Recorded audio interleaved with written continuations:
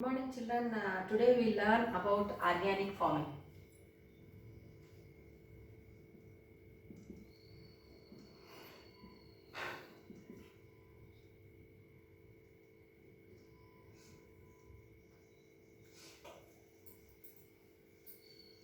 You know that fertilizers or manures are going to be added to the soil, which helps in enriching the fertility of the soil. So if farmers are continuously using chemical fertilizers, so already you learned fertilizers are of two types, natural fertilizers and chemical fertilizers like that. So chemical fertilizers, when they are added, the soil is going to lose its fertility, okay, and soil is going to become very much reluctant to the that chemicals whichever are going to be added in the form of chemical fertilizers. Is it clear to you? So then the soil is going to become unfertile. It is going to lose its nature, that physical, chemical and biological properties of the soil are going to be lost, and that shows the impact on the less agricultural produce. Then the farmers are going to get loss in the yield or in the production of a crop in their fields. So to avoid that, what the farmers are going to do means, nowadays you are also very much familiar with the word organic farming and what is meant by organic farming. That is our lesson now. So in this method, the farmers are going to use the manures or the pest controlling methods. All are said to be from the biological origin, that plant animal products they are going to use, and natural pest controlling methods they are going to use, where they are going, these methods are going to help in maintaining the soil fertility, which gives good yield of the crop. Is it clear to children? So that is all going to happen. Apart from these natural pest controlling methods and biofertilizers, the farmers are going to follow the mixed crops and crop rotation method, which are going to add to enrich the fertility of the soil, and that results in the good yield of the crop. Is it clear to you? So now let us learn about the all that biofertilizers. What are biofertilizers? In what way they are going to help? How many types are there? All that we will discuss now in this class. So in the form of biofertilizers, what are the products used? Means the waste which are collected from the biological origin, like animal waste, that is excrete of animals, then urinals or excrete of human beings, then peel of vegetables, fruits, leftover food, all these are going to be used in preparing organic manures or biological manures, that is biofertilizers.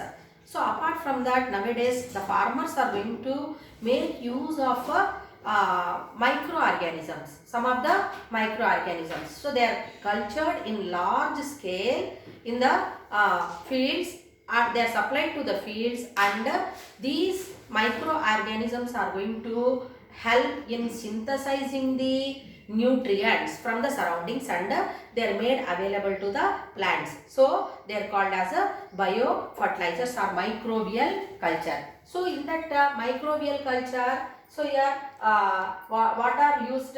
Microorganisms means bacteria is used, then algae, fungi. So if we observe all together here, these biofertilizers are of two types. One is said to be nitrogen fixers, and second one is said to be phosphorus moralizers and phosphorus solubilizers. Is it clear to children? So nitrogen fixers, what do?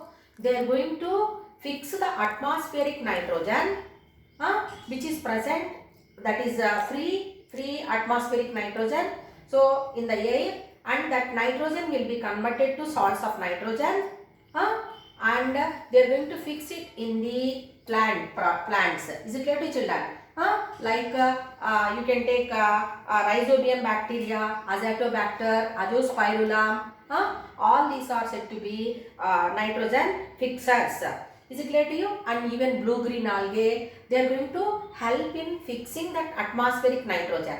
Means they are going to give that nitrogen whichever is present in air or in soil, that will be taken up and it is given or it is synthesized and it is made available to the plants. So they are called as nitrogen fixers. Whereas here phosphorus solubilizers and phosphorus moralizers means what? They are also going to help in synthesizing that phosphorus.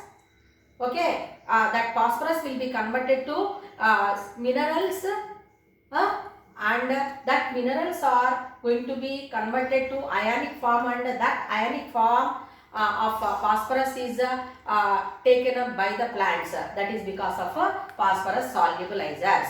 So now let us learn the examples of nitrogen fixers. First one is said to be Rhizobium bacteria. Okay, then Azotobacter, then Azospirillum.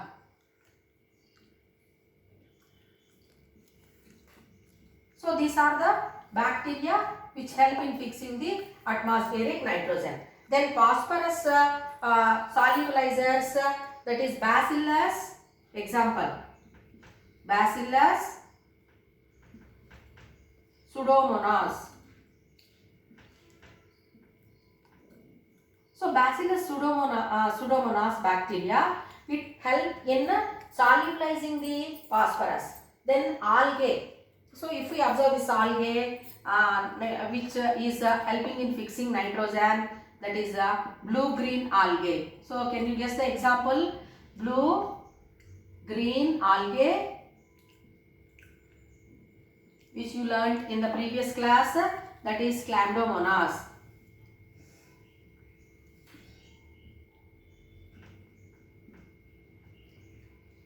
Then here fungi, phosphorus moralizer, mycorrhiza.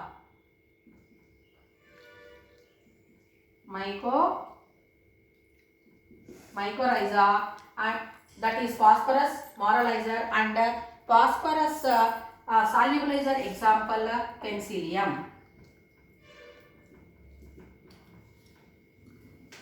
So these organisms, when they are cultured in large scale and when they are provided to the fields, what they do means they are going to make availability of the nutrients like nitrogen, then phosphorus, is it clear to you, to the plants.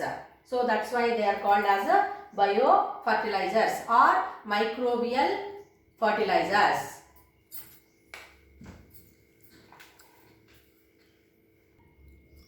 So these biofertilizers are helping in maintaining the soil health. You know that. So nutrients are enriched in the soil when the biofertilizers are added. So that results in the good yield of the crop. So getting good yield of the crop is because of biofertilizers. So what are the uses? Means they help in maintaining the soil health and increase the productivity of a crop. Then, so if you see the biofertilizers which are from biological origin, like excrete of animals, that is compost you can take, or green manure you can take. So they have the nutrients in them. Is it clear to children? Whereas this microbial organisms which are used as biofertilizers, they do not have any nutrient in them. Okay, like bacteria, if you take Rhizobium bacteria, it doesn't have nitrogen. Is it clear to children?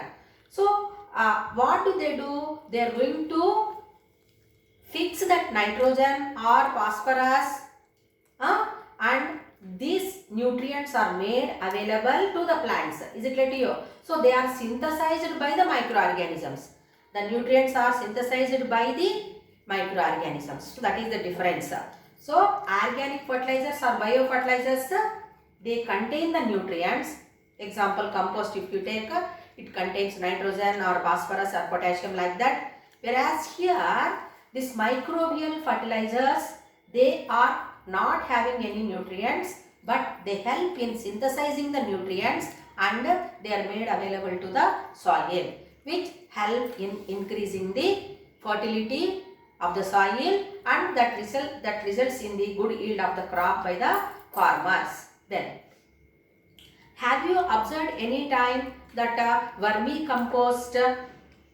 So vermicompost here, how it is made means earthworms are the main organisms, and they are called the farmers' friends, and they are going to be grown in large scale, and they are going to make the compost. So what are used in that means dry leaves are used, then banana, coir, all these are used, and when the earthworms are left there, sprinkling water, and when it is covered, so what is going to happen? The earthworms are going to make that into the fine what is that fertilizer, which we call it as the vermicompost.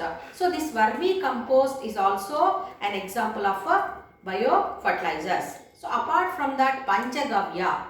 So what is that Panchagavya? So all the products which are collected from the cow, like ghee you can take, then cow dung, urinals, is it clear to children? Milk, so all these are collected and they are going to be made into Panchagavya. In that, sugarcane juice also will be added.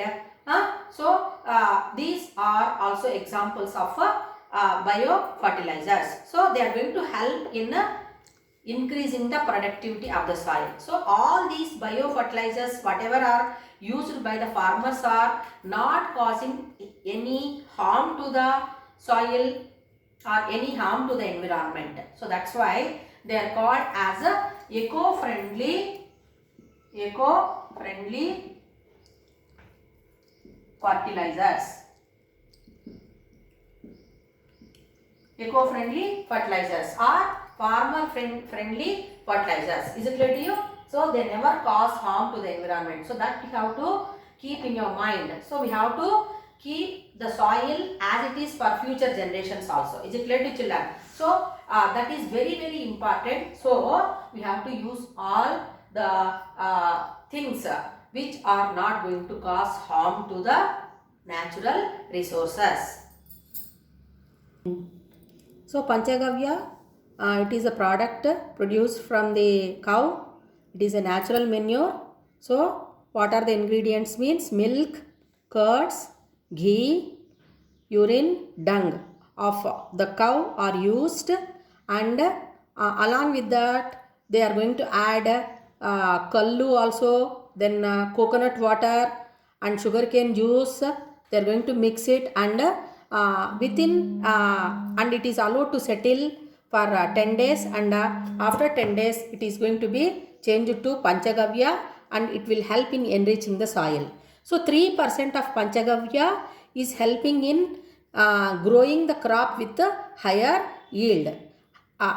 This Panchagavya is not only used as manure to the soil, apart from that it is also used as a feed for hens and fish in ponds. Very, very important bits. 3% of Panchagavya is helping in giving the good yield of the crop.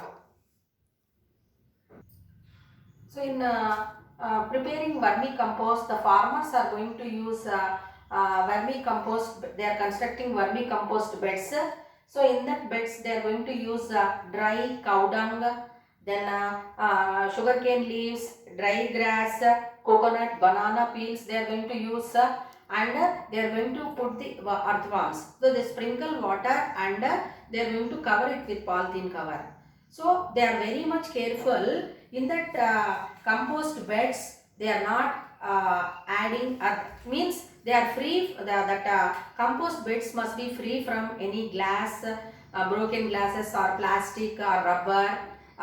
What is the reason for these objects not to be present in that vermicompost beds? Means rubber or glass pieces or metal pieces. So what do they do means they may cause harm to the earthworms. So while preparing this vermicompost, the farmers are very much careful and they are avoiding all these things which are causing harm to the earthworms. So they are going to after 60 days they are going to get their first vermicompost, and within 40 to 45 days they are going to get second phase of vermicompost. And when this vermicompost is added to the soil which is enriched with earthworms, so the earthworms are going to make the soil very much porous, and they are making availability of nutrients, and they are making the soil very much porous in nature. So the fertility will be increased. Because we are using all the waste which are collected in our day-to-day life, like banana peel, then what is that, coconut coir we are using. So all these are getting decomposed, and that will help in enriching the soil fertility of soil fertility, which results in the increasing of the good yield of the crop. So in that way, when the farmers are using biofertilizers, they are not causing any harm to the environment. Tomorrow we learn about the chemical fertilizers.